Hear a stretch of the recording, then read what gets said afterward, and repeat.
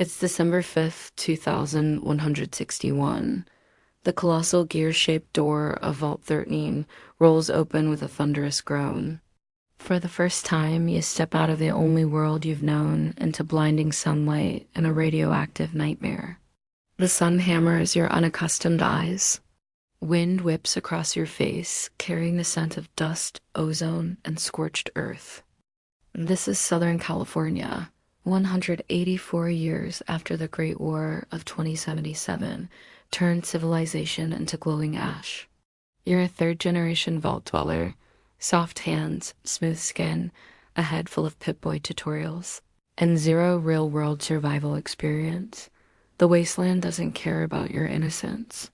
It greets you with teeth, claws, radiation, and unrelenting hostility. Your first test comes faster than expected in a shallow cave you hoped would offer shelter from the merciless sun. The moment your boot disturbs the shadows, a swarm erupts. Massive radroaches, bloated cave rats, and skittering insects. These were once ordinary vermin before radiation warped them into armored nightmares that shrug off bullets. You panic fire your 10mm pistol, the recoil jolting your inexperienced arms. Shell casings rain onto the cave floor. When the last creature stops twitching, you're panting, bleeding from deep bites and scratches. Every wound burns. Your trusty Pip-Boy's Geiger counter clicks faster, its cheerful green screen now flashing warnings. Radiation levels rising. You tear open your first RadAway pouch with shaking fingers. The thick, metallic sludge slides down your throat like bitter punishment. This is day one, and already you understand. The Wasteland wants you dead, and it's very good at getting what it wants. By the time you crest the next ridge, exhausted and sore, you spot smoke curling lazily from makeshift walls. A settlement.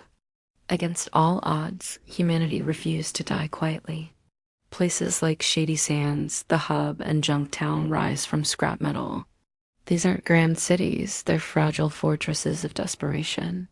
Farmers till irradiated soil, praying their mutated crops won't poison them. Scavengers risk gruesome death, daily diving into collapsed buildings for a can of cram, a fusion cell, or bottle caps. Guards stand watch around the clock because raiders never truly sleep. They only wait for weakness. The settlers stare hard as you walk through the gate. Your clean vault suit screams outsider fresh meat. To them, you're either a naive rich kid with tech or an easy mark. Everyone carries a weapon.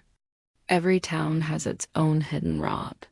Corrupt mayors, brutal power struggles, water shortages, and raider gangs circling. Food is yet another harsh education. Vault's comforting Instamash and sugar bombs are distant fairy tales. It tastes like burnt rubber mixed with regret, but it fills your stomach. Later, you'll graduate to dubious iguana bets and ramen steak. When your body inevitably begins to fail, the chem economy of the wastes welcomes you with open, shaky arms. Strength fading. Pop buff out. Need to sweet tug a guard. Whiskey and mentats sharpen your mind. Facing impossible odds. Psycho transforms fear into fury, and jet slows the world around you. But every artificial high extracts a brutal payment. The come-downs bring violent shaking hands, crashing depression, and paranoia. Addiction isn't optional out here. It's simply the price of staying alive another day. Yet no amount of chems can shield you from the true horrors stalking the irradiated sands. Deathclaws towering reptilian apex predators with massive horns. Claws capable of eviscerating power armor and a blood-freezing roar. Super mutants hulking green behemoths born from the forced evolutionary virus roam in savage warbands, smashing settlements. Ghouls shuffle through the wastes, some eloquent, centuries-old survivors, others feral mindless, sprinting nightmares. The most infamous hellscape is the glow, a vast neon green crater where West Tech's secret research facility once stood. Chinese warheads turned it into a permanent radioactive hellscape. Feral ghouls here glow the same sickly green.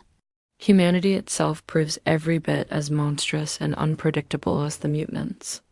The Brotherhood of Steel marched proudly in iconic shining power armor, hoarding pre-war technology like sacred relics. Decades of unchallenged supremacy have twisted many into arrogant tyrants who tax struggling settlements at gunpoint. Raiders like the fearsome Khans enslave, pillage, burn villages, and tattoo their brutality across the desert in blood. Religious cults add surreal madness. Children of Adam pray to nuclear explosions. Mothman worshippers chant under night skies. And far off the California coast, on a heavily fortified oil rig, the Enclave plots the systematic genocide of every surface dweller. They view you, ghouls, mutants, everyone, as an abomination. They secretly helped Vault Tech design your home as a social experiment. 9 years pass, you're 30 now. The wide-eyed Vault Kid died somewhere between your first reluctant kill and heartbreaking betrayal. You now speak the Wasteland's harsh language. Barter, bullets, uneasy alliances, calculated mercy, and quiet vengeance. You've cleared raider camps, negotiated water treaties, and made soul-crushing choices that haunt your rare moments of sleep. 15 more years, you're 40. Legends whisper your name from the boneyard to Arroyo. Some call you savior, some butcher. The sterile safety of Vault 13 would feel like a suffocating coffin now. You can never truly go back. But the Wasteland always collects its debt in blood and silence. One dusty afternoon, clearing a raider nest, a high-caliber round slips through your battered armor. Pain blooms hot and final. The world tilts sideways. Your body hits the cracked, unforgiving earth. Scavengers descend within minutes, stripping you clean. Vault 13 will log you as missing presumed dead. Just another statistic proving the surface world is suicide. Yet for 19 raw, vivid, merciless, painful, and strangely beautiful years you lived. You laughed, loved, stood defiant, formed fragile friendships, and stared unflinching into the abyss without blinking. In a world engineered to break every soul, you remained unbroken until the very last breath. That, wanderer, is the only real victory the wastes ever grant anyone. In the end, living free truly, wildly, painfully free, is the greatest triumph of all.